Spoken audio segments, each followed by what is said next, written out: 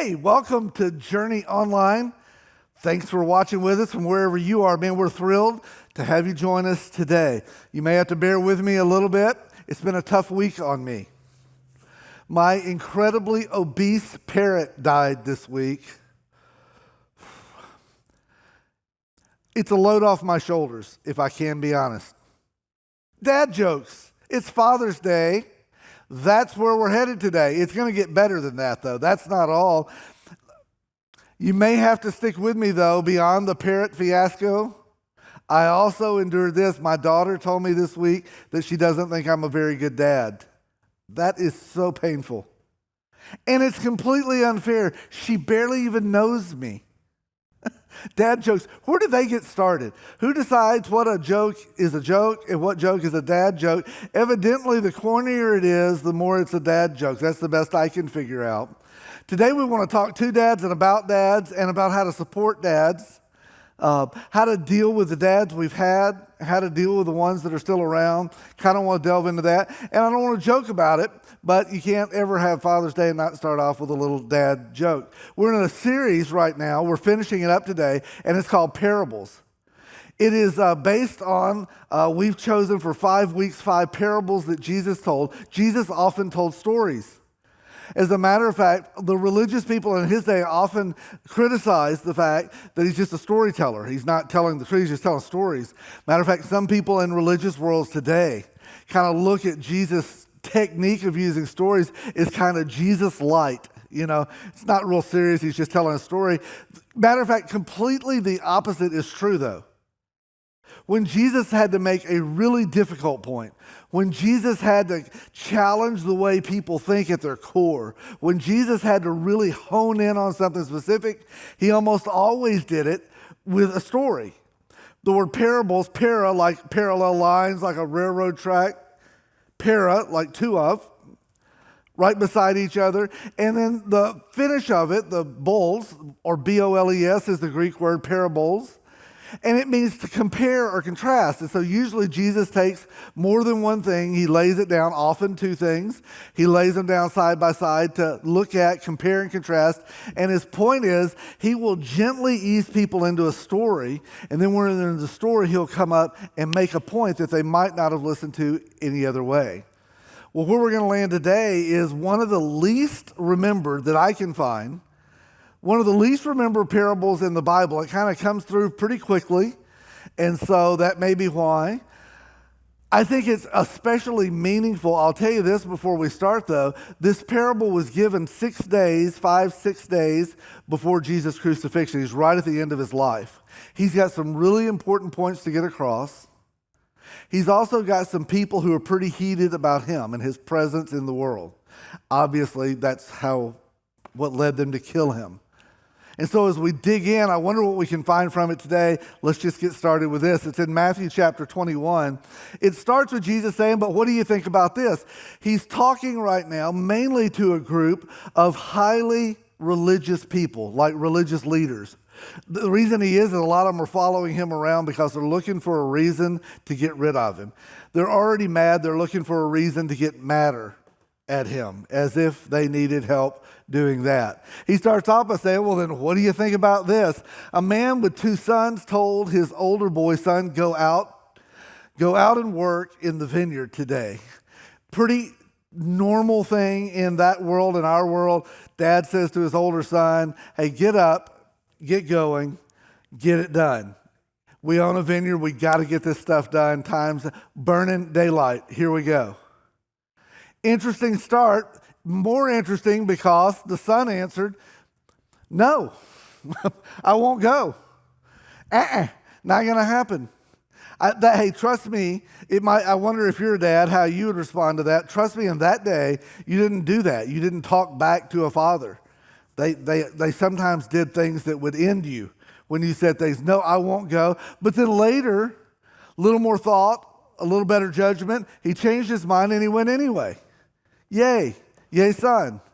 Then the second part, then the father told the other son, you go. And he said, yes, sir, on it, got it done, you bet. Anything for you, Dad. But he didn't go. So here's our contrast of two things running side by side. First son, nope, changed his mind and did it. Second son, yeah, all about it, but never did it. Jesus' response to the people after he tells them that, which of these two obeyed his father? Now, sometimes when Jesus gave parables, they got really mixed up and hard to understand. Matter of fact, there's one right before this in John 21 where he told them and the people before they answered him, they were like, if we say that, he's going to say that. But if we say that, he'll say that. Oh, they're just tied up in knots. This is not one of those. I don't think they had to get a sheet of paper and say, let's write down all the possibilities. Hey, you write it down. Here we go. First possibility, the first son, which is more obedient. First one. No. Second one. No, first. As a matter of fact, which of these two obeyed his father? They replied the first. I don't think it took them 10 minutes. I think they were like, well, duh. It's obviously the first. Jesus is setting them up and sucking them into this story. Now they're neck deep in sons and vineyards and all of that stuff. He doesn't care to talk to them about sons and vineyards, but he has something he needs to say to them. And he goes from this really innocent sounding story to a very different tone. As a matter of fact, then he explained his meaning. He said, I'll tell you the truth. Corrupt tax collectors and prostitutes will get into the kingdom of God, as he looked directly at them, before you do. Corrupt tax collectors and prostitutes will get into the kingdom of heaven before you. He went from story to like he pulled out the arrow and shot it right between the eyes. What is his point? He talked about corrupt tax collectors and prostitutes. In that day, that's as low as you could go. That's as, you're never going to get there if you're these people, as you could go. If there had been something worse, he would have said those things. But this is what he chose. Why is he saying that to them? What is the point? What is he trying to change or adjust in them? But he doesn't stop with that. He explains his explanation. He says, for John the Baptist came and he showed you the right way to live. But you didn't believe. It's not like you didn't know. You got to see it, hear it, watch the example. While tax collectors and prostitutes did, many of them changed their lives. They heard the truth, the message, the gospel, and they adjusted. But did you? Not at all. And even when you saw this happening, even when you saw those changed lives, you refused to believe and repent of your sins. These guys have got to be going, who are you? Are you saying that to me? People don't talk to us that way. We're pretty stinking important. Nobody talks to us like that.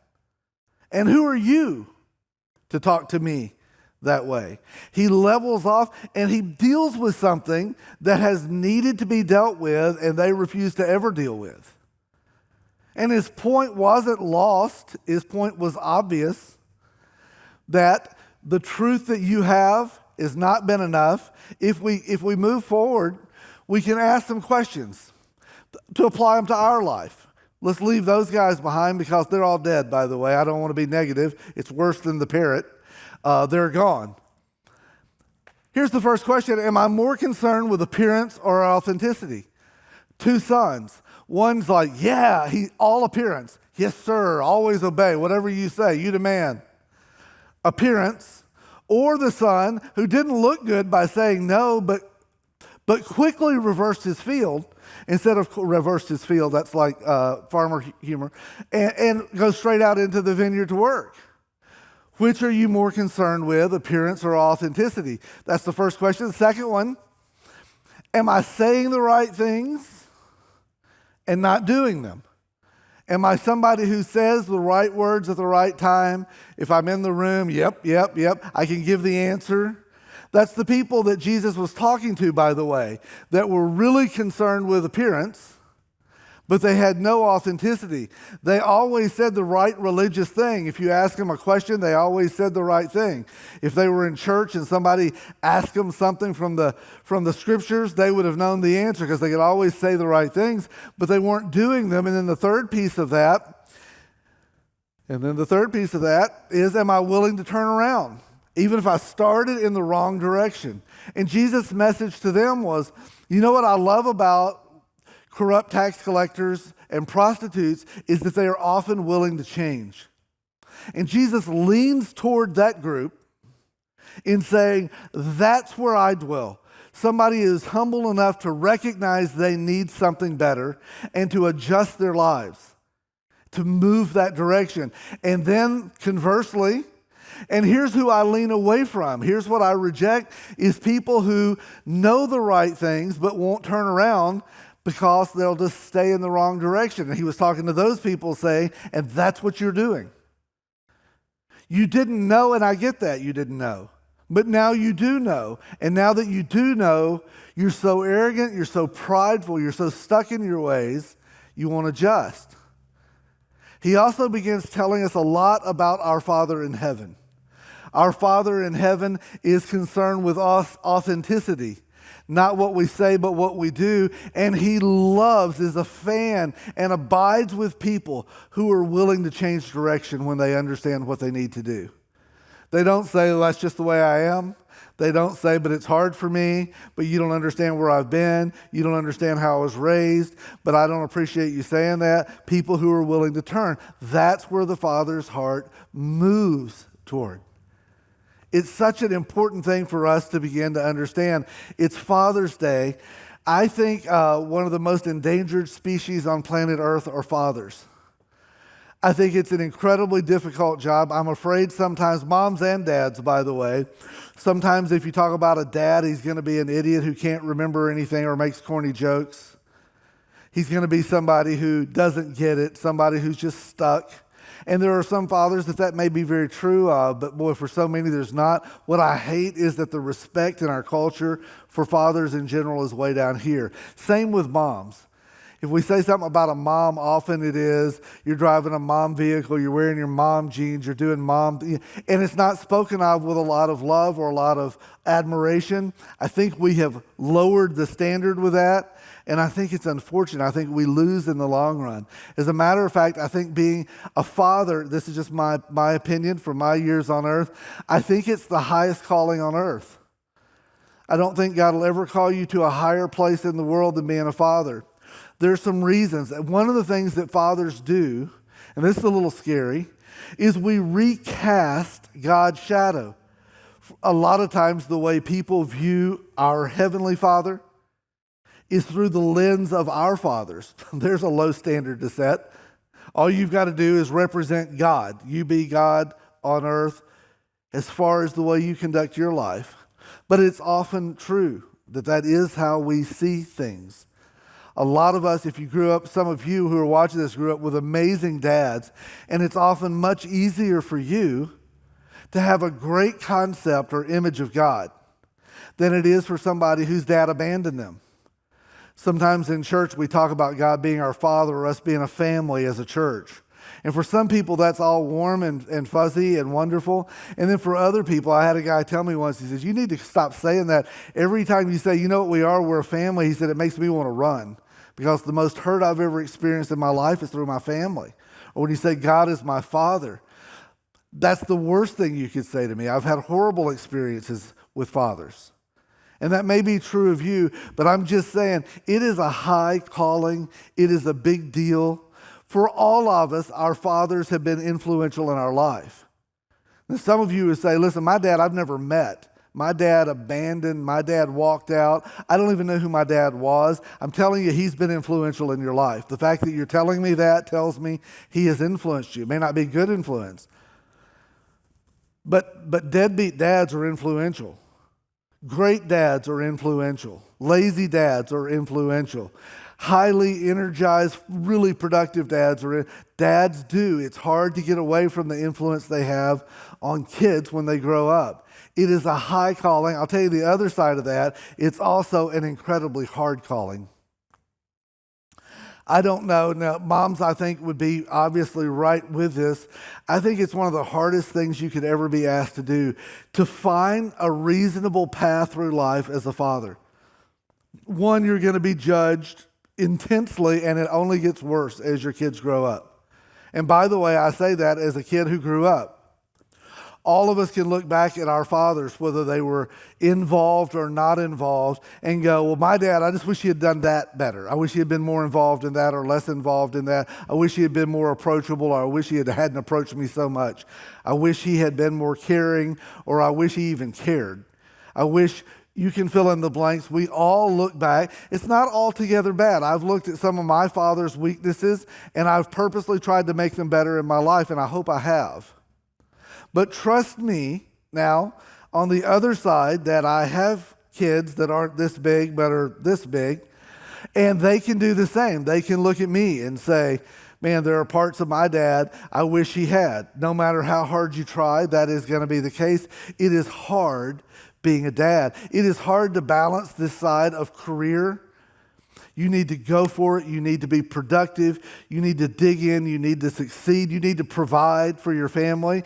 And then bring that to the other side and say, but I need to be present. I need to be available. I don't need to be consumed with that. But to have a successful career is pretty consuming. Some of you dads are like, you're not kidding. Because as soon as I leave the house and go there, everybody there demands of me. Everybody expects of me. And it's hard to turn that off as something that is our only way to provide a living sometimes, as something that is a big part of my life, even a big part of who I am, and then turn that off and come home and do something completely different than that. It's complicated. And it is. That's an incredibly difficult breadth from one side to the other.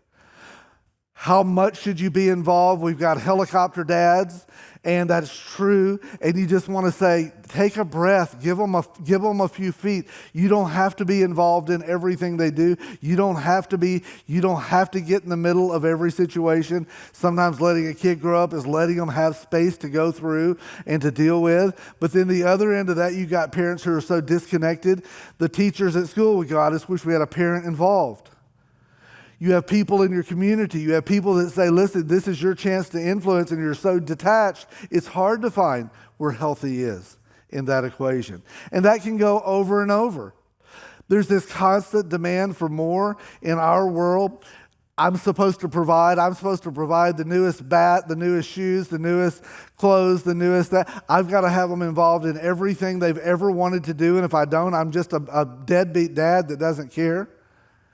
And the truth is, we've got them in 3 sports and dance and pageants and 12 other things, and we barely have time to breathe, but I'm afraid if I don't, they're going to miss out on something. Or even here's one that nobody will say out loud, but it's true. I'm afraid all the other people who seem to be doing better than me are going to look down at me and think I just suck at being a dad. How to find balance in that. How to find balance in the obsession for more. If you don't have a bigger house with more bedrooms and more toys and more stuff and more opportunities, and if they don't go on more trips, and if you don't have, then you must not be doing a good job as a dad. There's pressure. It never stops. It is relentless. I think it is one of the most judged things on planet Earth. I think it's the highest calling anybody can ever imagine. I also think it is one of the hardest, most difficult callings that you can ever imagine. I would like to say some things to dads, just take a little while and maybe not treat it as so much of a message as just some reality. One, I would like to say this. There's a lot of voices in the head as a dad that go around that are whispering to you, you better and you better not. What's wrong with you? Come on, let's go. Nope, that's not it. And it's okay because there's a lot of voices outside of your head that are too. It doesn't take long for somebody to tell you what you're doing wrong. People will point it out to you. It happens if you are all-star dad or if you're a no-star dad. It happens, and it is so hard to not hear all of those voices and let them affect the way we live our life. For me in my life, I don't think there's anything I've ever worked harder at. I know that's bad sentence construction. I don't think there's anything I've put more effort into becoming good at. I don't think there's been anything I've taken more seriously than being a dad. And as I look back, I'm not sure I've been great at that. But I know it hasn't been from lack of effort, lack of initiative, lack of trying to learn, lack of being around people who are better at it than me and gleaning from them. But with all of that, it is so easy because everybody's got an opinion. I have an opinion. And often my opinion is the worst, and all of that can get into my head so much that it really affects my outcome. So one of the things is you've got to recognize the voices in your head, and you've got to recognize where they're coming from. And a lot of what you're hearing that's beating you up is not coming from God. It's not coming from reliable sources. Even a lot of the things that I'm thinking is coming from really unhealthy places in me. And we've got to recognize that. We've also got to give God a chance to have a better voice in our lives.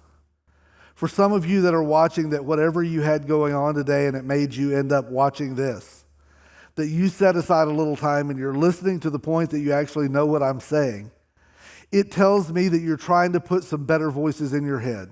It's the reason we show up at church. It's the reason this weekend we'll have 800 or so people walk through our doors and spend some time together, because it is one of the ways we counteract the crazy voices in our head and the crazy voices in our society. Is we have to bring other voices in that push some of those out. Second piece there, you got to give up on finding balance. That's a dumb thing to say. Most people would say that seems opposite of true. You've got to give up on finding balance. You're never going to balance this parenting thing out. If you've got little ones this big, by the time you find your balance, they change. They adjust. They're at a different phase of life. Your job adjusts. Your spouse adjusts. You may not have a spouse and you're doing this alone, and that will adjust. Their school adjusts. Everything moves constantly. And for a lot of us, we spend our whole life saying, if we can just get them out of diapers, if we can just get them into school, if we can just get them through elementary school, if we can just get them to the point where they can take their own shower and get dressed and go to bed on their own, if we can just get them to the point where they can make their own food and eat it without help and me having to bring a fire hose and clean up, if we can just get them through high school, if we can just get them into college, if we can just get them through college, if we can just get them married, if we can just get them off our insurance, oh God, wouldn't that be great? If we can just get, and you know, I'm going to tell you this, it changes, but it doesn't necessarily get easier with time. That when they're older, it doesn't stop. It changes. Instead of trying to get your balance and wait, if I can ever get my balance, this is going to be fine. How about we just accept you're never going to have your balance, that parenting is a tension that has to be managed. It's never going to get easy, but we can find better ways to manage that tension so we don't have these huge swings from one side to the other, so it doesn't feel like I'm carrying such a burden that I can't bear it anymore. Sometimes we have to accept that I'm never going to find just this spot where it's like, whoo, easy sailing. Because if you keep expecting that and keep not finding it, there's a tendency to feel hopeless in that. To feel like, you know what, what's the use? No matter how hard I try, it's never enough. Give up on balance. The third one is don't let your mistakes define you. The story of these two sons is a great example of that. Don't let yesterday's no become today's issue. What he said is no, and then he rethought and said, that was dumb. I'm better than that. It's not who I am. It's not who I want to be. And he went and did what he needed to do. Don't let yesterday define you, and it will if you let it. By the way, others will help yesterday define you too. People love to remember you at your worst point in life. It takes work, and listen, find people around in life who don't live there and spend your time with them. And at all costs, avoid the people who won't let go of yesterday. They're toxic. But mostly in our own minds, don't remember yourself at your low spots, because if you do, you'll repeat those same realities in your life. And then the last one is keep becoming. Keep becoming. I used to do a bunch of youth camps for quite a few years. We're in West Tennessee. As a matter of fact, some of the people watching this are people that went to youth camps where I spoke. That means I'm old, but now it means you're old because it's been a long time. Some of the people who sit in our church this Sunday are people who went to some of those camps. And I did them for a bunch of people around West Tennessee, and then I had several other places. And so I went and did youth camps in the summer, a week or two out of almost every summer for probably 15 years I did that. And almost every time I did that, I would reserve one night and I would talk about God as our Father. And I didn't like that talk. I didn't like where it went. It was always a little bit different. As I was doing it, I always thought this seems like the worst thing in the world to talk to a bunch of 15 and 16-year-olds, 14 or 15, 16, 17, whatever they were. And at the end of that, every time I would go find a place kind of off by myself, but where I was still accessible, and I would have people, teenager students come up and talk to me, and they'd say, hey, can I talk to you for a minute? And what I was a safe guy. They weren't going to go home where I went. They weren't going to see me next week. Most of the time, they were going to go back to their world, and they'd come up and say, hey, can I talk to you? When you're talking about God as a father and the importance of that, man, my father's been the hardest thing in my life. It's been the most difficult issue in my life. And then they'd tell stories. They'd tell stories of abandonment. They'd tell stories of abuse. They'd tell stories of sexual abuse. They would tell stories of feeling invisible. They would tell stories of unpleasable. Some of those were completely dead on. Some of those, as I've lived, I'm sure were embellished. But it's what they felt in that moment. I had no great answers. I had no rub a little Jesus on it and it's going to make you all better. What I did do is listen. What I did do is care. What I did do is pray with them. What I did is write their names down, and I went home and prayed for them for days or weeks or months, and some I've still got their names written down. Now, not all of them did that. Some of them had great dads. Most of them, while I was talking to this line of people that lasted till about 11 or midnight, most of them were out at the pool or over at the beach or doing whatever it is they were doing. They weren't talking to me. They had great dads. They were like, yay, good talk, moving on. But every time I did it, the amount of hurt that came from fathers was overwhelming. It was difficult. The role of father is so important. I'm going to guess the fact that you're watching this, that probably doesn't speak directly to you, although that may be your situation growing up. That the deepest hurt in your life may have come from your father or the lack thereof. Then let me just say this, because we'll broaden this context a little bit. I've lived a few more years now. I talk to people every week. I wouldn't say every day, every week, certainly every month. I talk to people, multiple people, who are telling me stories of their kids who have grown up, adult kids. I don't understand how you say that. Those make no sense, but that's kind of what it's called. Who they've loved and invested in and tried and done the very best they could to be good dads, who have been rejected, whose kids have turned so far from what they've taught them, what they've tried to invest in them, and they're brokenhearted. Some of you watching this, that's your story. For some, the deepest hurt of your life has been from your father, and for some, the deepest hurt of your life has been as a father. The results of some of that, and it's real. And I promise you this, your kids didn't have a perfect dad, but the outcomes for your kids is not just based on you as a dad. The truth is you can do a lot of things right, and it doesn't mean, at least for a season, and I don't know what that even means, a season, but for a part of their life, that they're going to turn far from that. Maybe far from you. And maybe they're going to blame you for everything bad that's ever happened to them. If that's you, man, it breaks my heart too. That's real.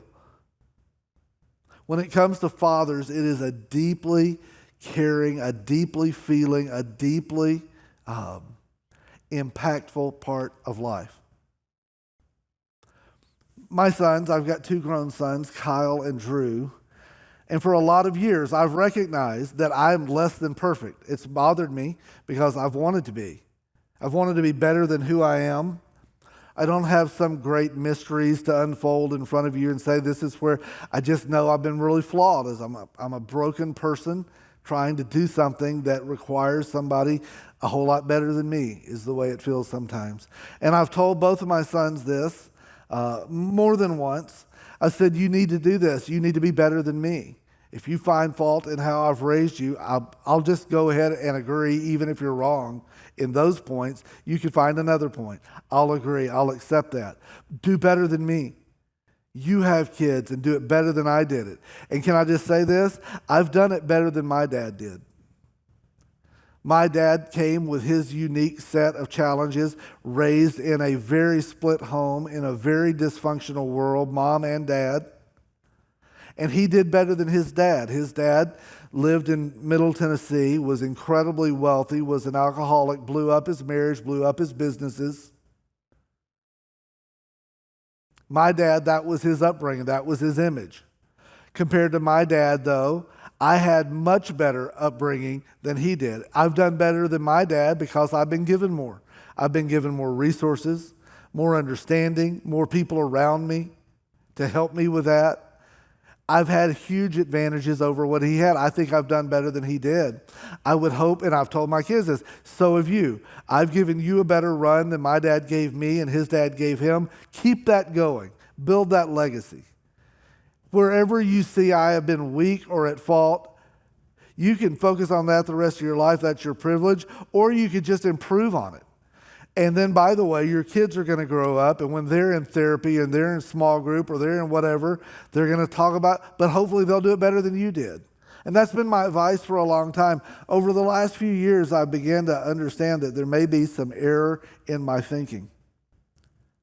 Be better than me is maybe not the ideal advice. It's good advice. But maybe the better advice is be better than you. Be better than you. The worst thing that can happen to a father is to reach a point where we go, this is just who I am. I hear this more from fathers than any other group. Hey, that's just the way I am. That's just the way I was made. That's just the way I was brought up. In other words, get over it. And I can just say this to you as a dad, that's a low point when we reach that. When we say, the reason I deal with that, I don't really deal with emotions. That's just the way I am. Stop being that way. Keep becoming. Keep growing. The best gift you can give your kids, whether they're this big or 20 years out of your home, is to see you becoming a better you. Allowing God to transform and adjust and sand off your rough edges. To watch your heart soften, to watch you grow into what He intends for you to be. God doesn't grow you till you're 30 or 40 or 50 or 60 and then you slide the rest of the way to death. He keeps forming us. The best thing you can do for your kids when they're at home is when you mess up, fess up, say, I'm sorry, I was wrong, my bad. I'll own it. You know what you're teaching them? To do the same. The more times they can see you mess up but not stay in it, the more times they can see you say no and then recognize and go to work and do the things you should, the more it builds in them, the more you reflect God's image. The more you show the fact that I'm allowing God to shape me instead of saying this is just the way I'm shaped. Keep becoming. Don't slow down. For all the dads who are watching this, could I just say, hey, tomorrow be a little more like Jesus than you are today. Soften your edges. With all the pressure that you need to look like this or this, try to look like Him.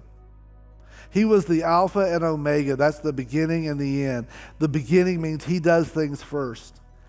Alpha in God's sight doesn't mean you shoot people more often or you're the lead dog on the sled. What it does mean is you're the first to allow Him to change you. You're the first to harness your strength and allow His strength to be evident in your life.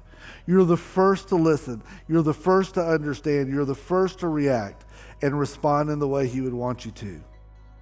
The original alpha male is what was, Jesus was that. And it was intended for us to be that way. And as our families, whether young or old, see us, it will change everything. And can I just leave with one more thing? That's all for dads. If you're around dads, and you are, could I just suggest this? When you see them and you're critical of them, and it may be completely accurate, I say them, I guess that would be us, but I'd prefer them. Instead of criticizing, pray for. Rally around, support, encourage, maybe less coaching on how to be a dad and more clapping for the good ones, because I know a bunch around Journey, and I know a bunch who watch this, who are digging in, and they're far from perfect. But they haven't given up, and they're setting a new standard. They're building a new legacy. They haven't decided to fall into society and culture and say, I'll just do what everybody else does. And you're fighting to be the best version of you. And I just want to say, way to go. Don't slow down. There's nothing more impactful than this life and to be a follower of Jesus who is also a father. And don't underestimate what God will do through your life. I hope your day is happy if you're a father. And I hope for all the fathers around you can encourage them some today, because don't underestimate how much it's needed and how valuable it is. I'm so glad you watched with us today. Have a great week.